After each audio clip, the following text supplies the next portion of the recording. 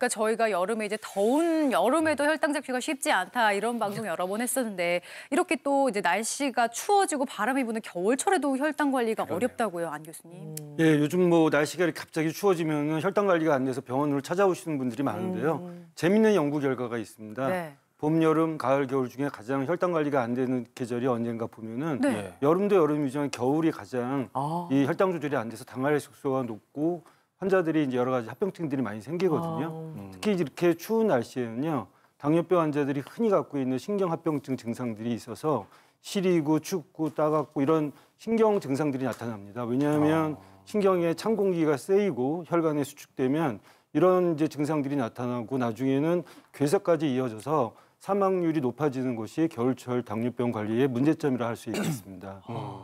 네, 혹시 당뇨병이 아닌 건강한 사람들도 겨울철에 혈당이 높아질 수 있나요, 교수님? 그러니까요. 이 당뇨병 아닌 분들, 건강한 분들도 이런 일이 생기는지도 궁금하고 또 왜 유독 겨울철에 이렇게 신경 쓰게 많이 올라가는지도 걱정이 되네요, 교수님. 뭐 이제 건강한 사람들도 혈당이 약간 올라가긴 하겠지만은 당뇨병까지 진행되지는 않을 거로 생각이 됩니다. 만약에 당뇨병까지 될 정도의 문제다 그러면 어느 정도 이미 혈당에 일단 조절에 장애가 있다고 보시는 게 맞겠고요. 아무래도 이제 겨울철에 이제 운동 부족, 활동 부족이 이제 첫 번째 원인일 것 같습니다. 날씨가 추워지니까 이제 바깥에 활동도 좀 뭐 못 하시게 되고 또 뭐 미세먼지가 주의보가 뜨면은 또 바깥에 못 나가시고 이제 실내 생활이 많다 보니까 결국 그러면 이제 뱃살이 더 늘어나고 근육량은 줄어들고 그러다 보니까 당 소모가 잘 안 되는 그런 경향들이 있기 때문에 아무래도 겨울에 혈당 조절이 좀 힘드실 것 같고요. 두 번째는 아무래도 이제 간식, 우리 겨울에 많이 드시는 간식 있잖아요. 뭐 군밤, 뭐 군고구마, 뭐 호빵. 다들 보시면 이제 공통적인 게 뭐냐면 이렇게 단 것, 그러니까 당 성분들이 좀 압축되고 응축되는 부분들이거든요. 그러니까 예전에 이제 우리가 뭐 먹을 게 없었을 때 그럴 때는 상당히 좋았던 그런 우리의 식생활에 도움이 됐던 것들이지만 아무래도 그런 것들 당분 성분이 많은 응축된 것들을 드시다 보면은 혈당 조절하기 조금 더 어려운 측면이 없지 않아 있을 것 같고요. 그러니까 같은 예를 들어서 고구마를 먹을 때도 군고구마를 먹느냐, 생고구마를 먹느냐 당 지수가 다르거든요. 그러니까 아무래도 생고구마를 먹게 되면 우리가 이제 뭐 씹어서 열심히 씹어서 먹어야 되고 소화시키는데 시간이 걸리니까 그만큼 당이 천천히 올라가는 데 비해서 군고구마는 그냥 바로바로 당을 쭉쭉쭉 올릴 수 있는 그런 성질이 있기 때문에 그러니까 같은 음식을 드시더라도 될 수 있으면은 생으로 드실 수 있다면 또 그런 것도 한 방법이 될 수는 있을 것 같고요. 우리 아버님도 이제 음주 문제, 물론 코로나 때문에 조금 이제 회식 자리가 많이 줄긴 줄었습니다만은 어쨌든 술이라고 하는 거는 칼로리는 높지만 영양가는 별로 없는. 결국 그 칼로리가 높다고 하는 거는 혈당 조절이 절대적으로 이게 뭐 문제가 되는 그런 부분이기 때문에 혼술하실 때도 한 잔 정도에서 멈추시는 게 아마 혈당 조절에 도움이 되실 것 같고요. 마지막 세 번째로는 이제 아무래도 겨울이 되니까 햇빛이 부족해지고 그로 인해서 이제 주무시는데 숙면에 문제가 되시는 어르신들이 많습니다. 그래서 가능하시면 날씨가 좋고 그러면은 뭐 바깥에 나가서 햇빛을 쬐이셔서 충분하게 한 7시간, 8시간 주무실 수 있게끔 그렇게 해주시는 게 좋겠고요. 집안에서 베란다에 계실때라도 이제 창문을 여셔서 햇빛을 쬐이셔야지 효과가 있겠고요. 주무시다가 자꾸 깨고 화장실 가고 이런 측면 때문에 스트레스를 받아서 스트레스 호르몬 때문에 아침 혈당이 올라가는 그런 경우도 왕왕 있기 때문에 잘 주무시는 것도 사실은 혈당 관리에서 상당히 중요한 부분이 되겠습니다. 그러니까 말이에요. 저부터도 일단 날 추워지니까 나가서 운동하기 싫으니까 집에 있고 집에 있다 보니까 간식 먹게 되고 또 잠도 설치게 되고 그랬던 것 같은데 정말 혈당 관리가 쉽지가 않은 것 같습니다. 그러니까요. 어떤 점을 주의해야 하는지 저희가 차트로 정리를 해봤거든요. 자, 겨울철 혈당 관리. 첫 번째는요. 삼시세끼 규칙적으로 드시고 아침밥은 꼭 드세요. 나왔습니다, 안 교수님. 예, 대개 이제 아침밥을 안 먹고 규칙적이지 않게 식사를 하게 되면 과식이나 폭식으로 이어지게 되거든요. 그러면 수많은 이제 칼로리가 들어오기 때문에 췌장이 쉽게 지치게 됩니다. 그래서 췌장에서 인슐린 분비가 과도하게 되면 그것 때문에 이제 인슐린 분비의 능력이 떨어지게 되고 그렇게 되면 이제 당뇨병이 아닌 사람도 혈당이 올라갈 수가 있고요. 또 당뇨병인 사람들은 또 합병증이 일어날 수 있기 때문에 아침밥은 꼭 드시고요. 그리고 또 규칙적인 게 드시는 게 제일 중요하고요. 그리고 항상 4가지 이상의 어떤 반찬을 같이 드시는 것이 균형 있는 영양을 섭취하는 데 도움이 될 것 같습니다. 저는 아침밥을 꼭 챙겨 먹으려고 하거든요. 근데 이제 아침밥이 끼니가 잘 쉽지가 않아서 빵을 먹고 있는데 괜찮을까요, 교수님? 보통 이제 빵보다는 사실 밥이 더 좋으시거든요. 왜냐하면 빵이라는 것은 당 지수가 되게 높기 때문에 혈당이 급격히 올라가게 됩니다. 그래서 인슐린 저항성을 많이 일으킬 수가 있거든요. 근데 빵을 꼭 드셔야 수밖에 없다면 네. 뭐 호밀빵이라든지 뭐 통밀빵 같은 식빵보다는 그런 걸 드시는 게 좋고요. 아니면 고기나 뭐 생선, 야채 같은 거하고 빵을 같이 먹으면 평균 당지수가 떨어지기 때문에 빵을 드셔도 도움이 될 수 있는데 네. 가급적이면 당지수가 낮은 네. 밥을 드시는 게 좋을 것 밥을, 같습니다. 네. 그렇군요. 근데 이렇게 규칙적으로 드시더라도 양 조절은 필수적으로 하셔야 되는데 어떻게 하면 좋냐면 젊은 당뇨병 환자는 두세 숟가락 적게 드시고 어르신들은 가위바위보 식사법을 하세요. 이게 연령대별로 좀 다르네요, 김 교수님. 네, 아무래도 우리나라 사람들이 이제 주식 어렸을 때부터 이제 밥을 주식으로 했던 게 탄수화물이죠. 그 습관들을 쉽게 바꾸지 못한다는 측면이 하나가 있겠고, 이게 외국 서양 사람들에 비해서 췌장의 어떤 크기라든지 분비, 인슐린의 분비량이 적기 때문에 결국 혈당 조절에 있어서는 탄수화물 섭취를 조금 더 신경을 쓰시는 게 가장 중요한 부분 중에 하나인데 바로 거기에 이제 밥이라고 하는 게 문제가 되겠습니다. 네. 아무래도 앞에서 이제 활동도 부족해지고 간식도 많이 하게 되다 보니까 가능하시면 밥의 양을 줄이셔야 되는데요. 줄이시는 거 두세 숟가락을 줄이신다. 아마 그런 말씀들 기억하실 거예요. 더 먹고 싶을 때 그만 먹어라. 이게 정말 사실 힘들어요. 이게 과학적으로 사실 상당히 이제 의미가 있는 얘기가 뭐냐면은 네. 우리가 뭔가를 먹기 시작한다, 뭐 먹을 걸 예상을 하게 되면 그때부터 벌써 우리 몸에 인슐린이 분비가 되기 시작하기 때문에 어느 정도 먹다 보면은 약간은 포만감이 안 드는 타이밍이 있습니다. 더 먹고 싶다. 네. 그거는 한 숟갈 벌써 어느 정도 됐다는 얘기거든요. 그러니까 거기서 더 먹어버리면 네. 과다하게 된다는 그런 얘기가 되겠죠. 상당히 과학적인 얘기. 그래서 그 얘기하고 가서 일맥상통한다고 보시면 되겠는데 결국은 두세 숟가락을 덜 먹기 위해서는 첫 번째는 천천히 드셔야 될 겁니다. 제가 환자분들이 그렇습니다. 저는 맨날 소화가 안 돼요. 막 그러시면은 소화제 드신다고 하는데 예. 소화의 시작은 입에서 하는 거거든요. 그러니까 결국은 입에서 단물이 나올 때까지 씹는다고 생각하시면 자연스럽게 천천히 드시게 되고 마지막 두세 숟갈 덜 드시는데 훨씬 더 간단한 방법이 될 수 있겠고요. 대신에 이제 반찬, 배가 이제 너무 고파도 또 우리가 허기지면 안 되기 때문에 단백질 위주, 야채 위주의 어떤 반찬들 좀 싱겁게 하셔서 반찬의 양을 조금 더 늘린다 그러면 어느 정도 균형이 맞을 것 같고요. 당연히 국물은 좀 싱겁게 하셔서 될 수 있으면 짜지 않게 싱겁게 드시는 게 사실은 가장 중요한 부분이 될 것 같습니다. 네, 어르신분들이 가위바위보 식사 강조를 하는데 그게 도대체 어떤 건가요, 교수님? 그러니까 이제 어르신들은 사실 너무 식사 양을 줄이면 저혈당이 올 수가 있거든요. 그래서 이제 실제적으로 식사를 충분히 드시는 게 중요한데 문제는 어떻게 식사를 드시는 건지 그 양에 대한 문제가 걱정이 되실 겁니다. 그래서 영양학적인 걸 근거로 재밌게 가위바위보 식사법이라는 게 있는데요.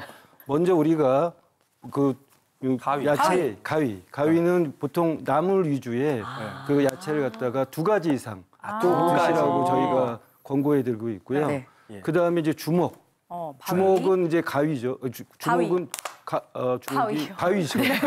바위는 이제 우리가 헷갈려요, 이게. 이 주먹의 사이즈가 다 틀리지 않습니까? 네. 그래서 자기 주먹 사이즈의 밥을 드시라는 거고요. 아. 그다음에 이제 보는 우리가 이제 단백질을 많이 드시라고 하는데 저기 보이는 것처럼 그 고기라든지 두부 같은 단백질은 이 손바닥 크기 정도를 드시라는 겁니다. 그래서 이 가위바위보 이 식사법을 기억하시면 식사의 양을 갖다가 정하는데 도움이 될 수 있을 것 같습니다. 와. 그러니까요. 얼마나 먹어야 되는지 이제 구체적인 부분 궁금해하시는 분들을 위한 내용이었고요. 네. 그다음 이제 또 찬바람 불 때 외출할 때도 주의할 점이 있다고 해요. 그 부분입니다. 외출할 때는 반드시 장갑과 목도리를 챙기세요. 이게 사실 이제 혈압 높으신 분들, 심혈관 있으신 분들께 강조하는데 당뇨병 있으신 분들께도 이게 중요하다고요. 네, 그러니까 어쨌든 겨울엔 찬 공기에 바로 노출되시는 걸 피하시는 게 가장 중요한데요. 제가 요즘 진료할 때 항상 우리 어르신들한테 말씀드린 딱 3가지입니다. 예방접종 하셨어요.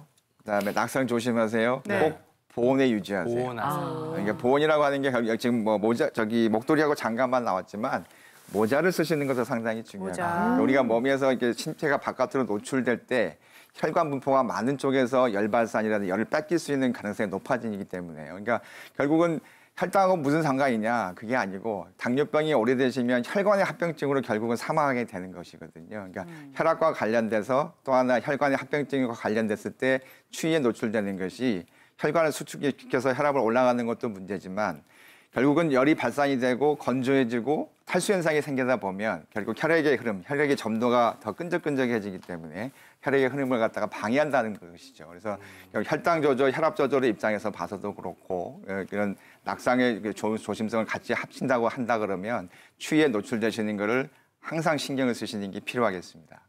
겨울철에는 또 따뜻한 물 같은 거를 좀 드시면 보온도 되고 도움이 되겠어요. 교수님? 네, 맞습니다. 그래서 뭐 얼주가 뭐 요즘 뭐 얼어 죽어도 아메리카노 먹는다고 네. 뭐 저도 조금 더위를 못 참는 편이라 시원한 걸 많이 먹습니다만은 예. 어르신들께서는 가능하면 약간 미지근하고 약간 따뜻한 물로 드시도록 하고요. 약은 반드시 생수로 드시기 바랍니다. 그러니까 뭐 보리차, 뭐 옥수수차 여러 가지 차 종류가 많은데 거기에는 탄닌 성분들이 들어있어서 약효를 떨어뜨리거든요. 그래서 어쨌든 약은 생수로 먹고 약간 미지근한 물로 드시는 게 훨씬 더 효과도 보시면서 유장장애도 적고 효과를 극대화시킬 수 있는 방법이 되겠습니다. 네, 물 한 잔이 진짜 별거 아닌 것 같지만 따뜻하게 드시면 겨울철 보온도 될 뿐더러 당뇨 관리에도 도움이 된다는 거 기억하시고요. 그다음 보겠습니다.